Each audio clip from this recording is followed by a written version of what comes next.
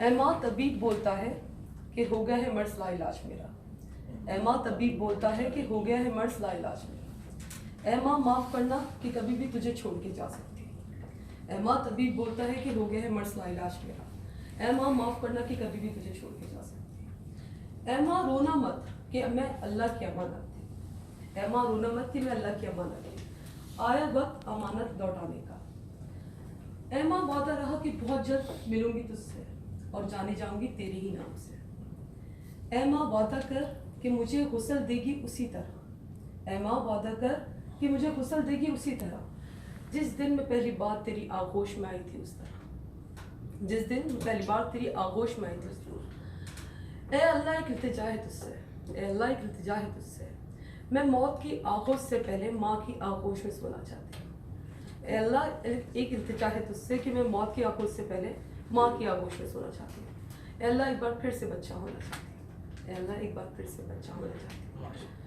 तो इस तरह से काफ़ी और भी काफ़ी चीज़ें लिखी हुई हैं और काफ़ी स्केचिंग है। तो एक स्केचिंग थी मिर्ज़ा गालिब और मेरे दो, मतलब मिर्ज़ा गालिब, मैंने मिर्ज़ा गालिब से बहुत ज़्यादा एक्सपायर हूँ। इस पर और चीज़ें केवल जब तक हम देखेंगे नहीं तो पहुंच नहीं पाएंगे। बिल्कुल ऐसे ही है।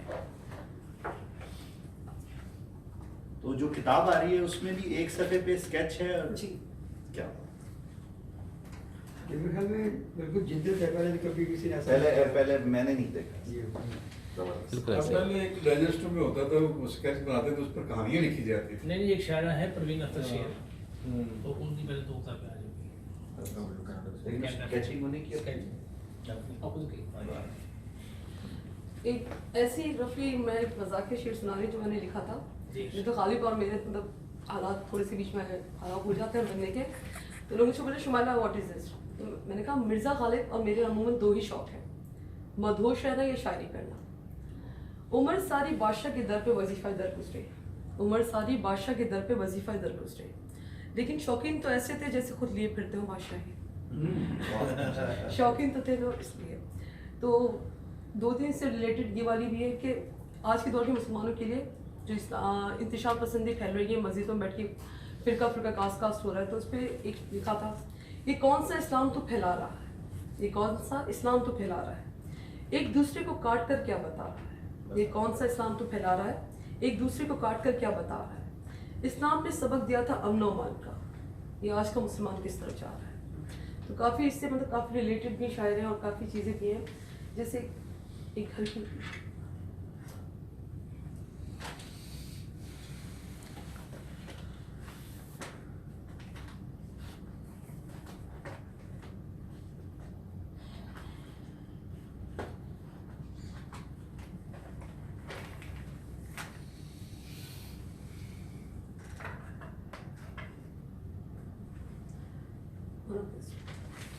एक टूटा सा घर और हंसी की आवाज़। एक टूटा सा घर और हंसी की आवाज़। लोग हुआ खत्ते सफ़र और आखिरी सफ़र पे चल पड़े। एक टूटा सा घर और हंसी की आवाज़। लोग हुआ खत्मे सफ़र और आखिरी सफ़र पे चल पड़े। कुछ यूँ उठा जनाजा मेरा, कुछ यूँ उठा जनाजा मेरा, कि हवा सदाओं में थी सिर्फ बद्दुआ, कि हवा सदाओं में थी सिर्फ बद्दुआ। तो इस तरह के कुछ मतलब इंशाल्लाह आपको बहुत जल्द सुनने को मिलेंगी शायरी वगैरह। थोड़ी सी उसमें पब्लिश नहीं है कि मैं यहाँ से करना चाहती हूँ अनाउंस एंड पब्लिश इंशाल्लाह सुन फॉर पाकिस्तान इंशाल्लाह। तो बस यही बहुत मुबारक हो आपको।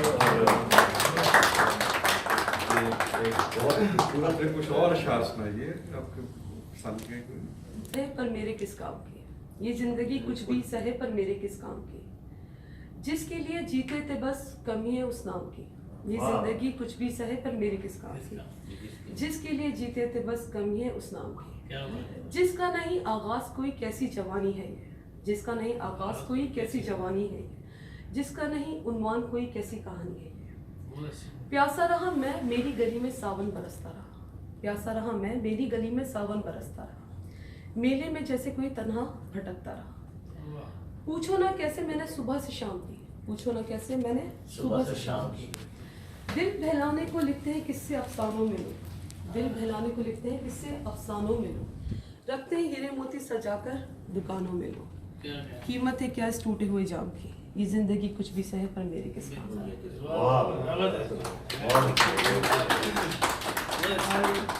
लास्ट में सुनाती हूँ जो इस पे था। आकर जो मेरी कब्र पे तुमने जो मुस्कुरा दिया, आकर जो मेरी कब्र पे तुमने जो मुस्कुरा दिया, बिजली चमक के गिर पड़ी सारा कफन जला दिया, बिजली चमक के गिर पड़ी सारा कफन जला दिया। चैन से सोए पड़े थे ओढ़े कफन मज़ार पे, चैन से सोए पड़े थे ओढ़े कफन मज़ार पे, अरे यहाँ भी सताने आ गए किसने पता बता दिया, अरे यहाँ भी सताने आ गए किसने पता बता दिया। उजड़े हुए मज़ार को फिर से तुमने बसा दिया, उजड़े हुए मज़ार को फिर से तुमने बसा दिया। एक इंतहाई खूबसूरत शायरी जो कि एक नई तर्ज पे है। मतलब आपने बताया कि एक और भी शायर है, लेकिन मुझे मालूम नहीं, मैंने पहली दफ़ा देखा है कि एक तसव्वुर किया जाए, उसको फिर कैनवस के ऊपर मुंतकिल किया जाए और उसको फिर वहाँ से अल्फाज की सूरत में और शायरी की सूरत में लोगों तक पहुँचाया जाए। ये मैं समझता हूँ जितनी तारीफ की जाए उतनी कम। जो स्पेशली पेंसिल के साथ ये काम करते हैं, लेड पेंसिल से। असल में क्या है कि कुछ लोग ऐसे होते हैं कि जिनको वो पढ़ना इसलिए नहीं चाहते कि क्या चीज़ बोलते, तो एक नेट कॉन्सेप्ट है कि तस्वीरें बोलती हैं, बातें करती हैं, तस्वीरें बोलती हैं। तो बस यही इस चीज़ को लेके आगे चली थी। और मुझे मेन मेरे जो मैं कहूँगी कि मेरे जिनको मेरे सर हैं, उस्ताद हैं, जिनको मैं बहुत ज़्यादा इज्जत देती हूँ, सलमान जासिर हैं, जिनको देख के मुझे हमेशा लगता था कि मुझे इन जैसा बनना है, क्योंकि मैंने इनको आज से नहीं जानती, तकरीबन मैं इनको जानती हूँ 10 साल 8-10 साल पहले जी। तो उनसे मैं जानती हूँ, तो इनको मैंने हमेशा से बहुत मेहनत करते हुए देखा है। और जो आज जिस मुकाम पे माशाल्लाह से खड़े हुए स्टैंड पे, तो मैं चाहती हूँ कि मैं भी, और मुझे ये यूनिकनेस का आइडिया मैं आपको क्लियरली बताऊँ कि हर शायरी जो मतलब ये चीज़ें वो इन्होंने मुझे बोला कि सलमान जासिर ने Shumala do this if you want to, मतलब सेम फील्ड शायद माशाल्लाह से इनके तो कोई मुकाबला नहीं कर सकता।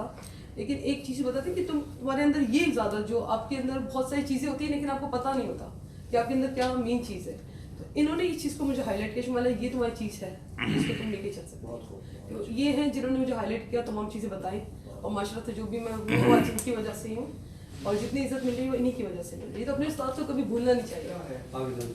अब जब ये आपकी बुक जो है शायरी वाली है, तो साथ में आर्ट भी है, जी। तो दोनों चीज़ें जो है आप तकसीम नहीं कर देंगी, जो रीडर है उसको, जो शायरी पढ़ने वाला है उसको मुसव्विर समझने वाला नहीं है, या मुसव्विर जानने वाला है, वो शायरी नहीं समझ रहा है, तकसीम हो जाएगा, वो उसका नया तकसीम हो जाएगा। असल में ये चीज़ उनके लिए कहते हैं ना, हर पिक्चर हम जब भी कोई चीज़ देखते हैं तो हमें एक गाना सुन रहे होते हैं, जैसे ब्रेकअप सॉन्ग होंगे, कुछ भी ब्रेकअप हो, कोई भी गाना सुन रहे थे, कुछ भी होता है तो वो लगता है हमारी ज़िंदगी पर है। तो मेरी कोशिश रहेगी ये कि जैसे मेरी जो शेर थी तमाम चीज़ें कि वो अपने इंसान अपने आप को महसूस करे उस चीज़ में, मतलब वो उसको लगे कि वो उसकी ही लिए बनी है। मतलब मैं ये नहीं करी, मैं कंपटीशन यहाँ पे किसी से नहीं मेरा कि मैं कंपटीशन करके आगे जाऊँ, मेरी जो दिल की आवाज़ है, दिल की ज़बान। दोनों को कैसे मैच करती है? दो आर्ट सिंपल कैसे मैच करती है? सिंपल बताऊँ, जो दिमाग सोच रहा होता है ना वो अल्फाज में ही सोच रहा है। दिमाग जो बात करते हैं ना अपने दिल दिमाग से, अल्फाजों में बात करते हैं। जैसे मैं इसको सोच रही हूँ एक घर के बारे में, जैसे मेरे घर का क्या हाल होगा, तो इंसान अपने कॉन्सेप्ट दिमाग को बना रहा होता है। बस ये कि अल्लाह ताला ने उसको अल्फाजों में किस तरह से अदा करना। और मैंने कभी भी मुझसे एक शेर मैंने हमेशा लिखती रहती हूँ, वो बहुत सारी डायरियाँ हैं, मैं कभी सोच के नहीं बैठी होती कि सोच के लिखूँ। मुझे सलमान जैसे काफ़ी मरतब टोका भी यार कि तुम लहर से लहर बनाओ, मतलब ये चीज़ें करो। लेकिन एक चीज़ होती है कि बस अल्फाज बोलते हैं वो लिखती जाती हूँ। और फिर वैसे एक स्केच बनाने मुझे मैक्सिमम 10 मिनट्स लगते हैं जब मैं सोच लेती हूँ, जब मैं इसमें रिदम में होती हूँ। बंदा जब चीज़ें होती हैं, कहते हैं ना इकरा बिस्मिल्लाह रब्बिकल मर्सी, पढ़ो अल्लाह का नाम, कहते ये चीज़ें जो होती है वो अल्लाह की अता करता होती है, इल्म अल्लाह की, वो आप सीख नहीं सकते हो, वो आप खुद से शायर नहीं बन सकते हो, आप तमाम चीज़ें खुद से अदीब नहीं बन सकते हो। ये अल्लाह की एक तोहफा होता है आपको, जो अल्लाह ने बहुत कम लोगों को दिया होता है। नहीं, आपने जैसे कहा कि आपकी अपनी स्ट्रगल है, और शायर की स्ट्रगल जो है वो उसके कहने में, उसके कलाम में जाहिर होती है, आप वही चीज़ है।